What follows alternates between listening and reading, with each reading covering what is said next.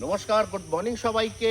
আমাদের ছোট্ট একটি চ্যানেলে আমরা স্বাগত জানাচ্ছি। আমি বাপিদা, আমাদের এন্টায়ার টিম ঘুরে দেখাবে যারা যোগা করছে। আমাদের যোগা গুরু রাকেশ জি তো অবশ্যই রয়েছে।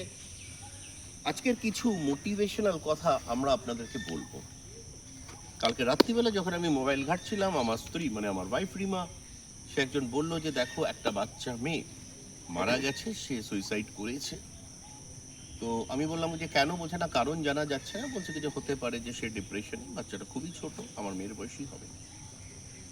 তো আমি আপনাদেরকে যেটা বলতে চাই, যারা ইয়াং ইউথ আছে, জেনারেশনে আছে, অনেকে ভাবে যে সুইসাইডটা বোধহয় লাইফের একটা খুব ভালো ডিসিশন, বা তো এন্ড করে দেওয়া নিজের লাইফ। সত্যিকারটা একটা ভালো ডিসিশন। এটার মতন বোকা ডিসিশন পৃথিবীতে আমার যেটুকু মনে হয় 45 ইয়ার্স বয়সে কিছু হতে পারে না। কিছু মানুষকে দেখবেন খুব অসাধারণ রোগ হয়, যে রোগটা ঠিক হয় না, কিন্তু সে কিন্তু প্রত্যেক মুহূর্তে বেঁচে থাকার চেষ্টা করে, অনেক কষ্ট করে। কারণটা কি? কিন্তু ভগবান আমাদের এত সুন্দর একটা শরীর দিয়েছে। এখন আমাদের জীবনে কি আমার থেকে অন্য লোকের ইম্পর্টেন্সটা খুব বেশি বেড়ে গেছে? যে মরে গেছে সে তো মারাই গেছে, কিছুদিন আসবে, লোক কিছু ফুলের মালা চড়াবে, হাই হ্যালো বলবে, তার মাকে একটু দুঃখ জানাবে, এরপরে তার প্যারেন্টসের কি হবে? আমি যতটা মানছি যে এতটা সোজা নয়। যদি কোনো মানুষের ডিপ্রেশন হয়ে থাকে, সে অন্য অনেক কাজ হতে পারে। প্রথম কথা হচ্ছে, বারে বারে বলে থাকি, যদি কোনো কিছু এমনি কেউ জড়াচ্ছে, ফার্স্ট অফ অল সে মোবাইলটাকে কিছুদিনের জন্য সুইচ অফ করুন। কিছুদিনের জন্য ধার নিয়ে হোক, কর্জ নিয়ে হোক, বাড়ি বেচে হোক, ঘুরতে বেরিয়ে যান। নিজের যেই ভালোবাসার কাজটাকে সেটাকে করুন। সে আপনি রসগোল্লা বানাতে জানেন, খাবার বানাতে জানেন, মোমো বানাতে জানেন, রাস্তাতে বসুন, যা ইচ্ছা করুন, কিন্তু ওই জায়গাটার থেকে বেরোন।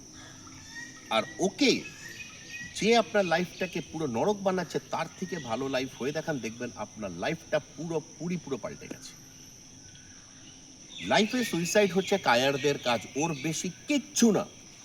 কারণ ভগবান যেই মা বাবা জন্ম দিয়েছে, তার থেকে সে বেশি ইম্পর্টেন্স হয়ে গেছে। বাপিদা, তুমি কি বলো? আমি একটা কথাই বলবো, এত সুন্দর বিশাল পৃথিবী, মানুষের জীবনটা একদম ছোট্ট।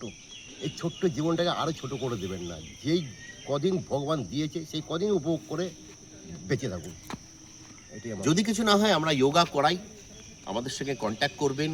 পুরো পৃথিবী আমরা ঘুরে বেরোনোর চেষ্টা করছি, রোজ রোজ আসি, দেখুন না পৃথিবীটা ভারী সুন্দর। প্লিজ নতুন বাচ্চাদের কাছে আমার এইটুকু হাত জোর করে রিকোয়েস্ট, প্লিজ তোমরা এমন কোনো স্টেপ নেবে না যেটায় তোমার বাবা মাকে পড়ে যেন কাঁদতে হয়, তোমার প্যারেন্টসকে কাঁদতে হয়। আর দুনিয়া সত্যি কথা বলতে সুইসাইড করলে পরে ছি ছি বলে।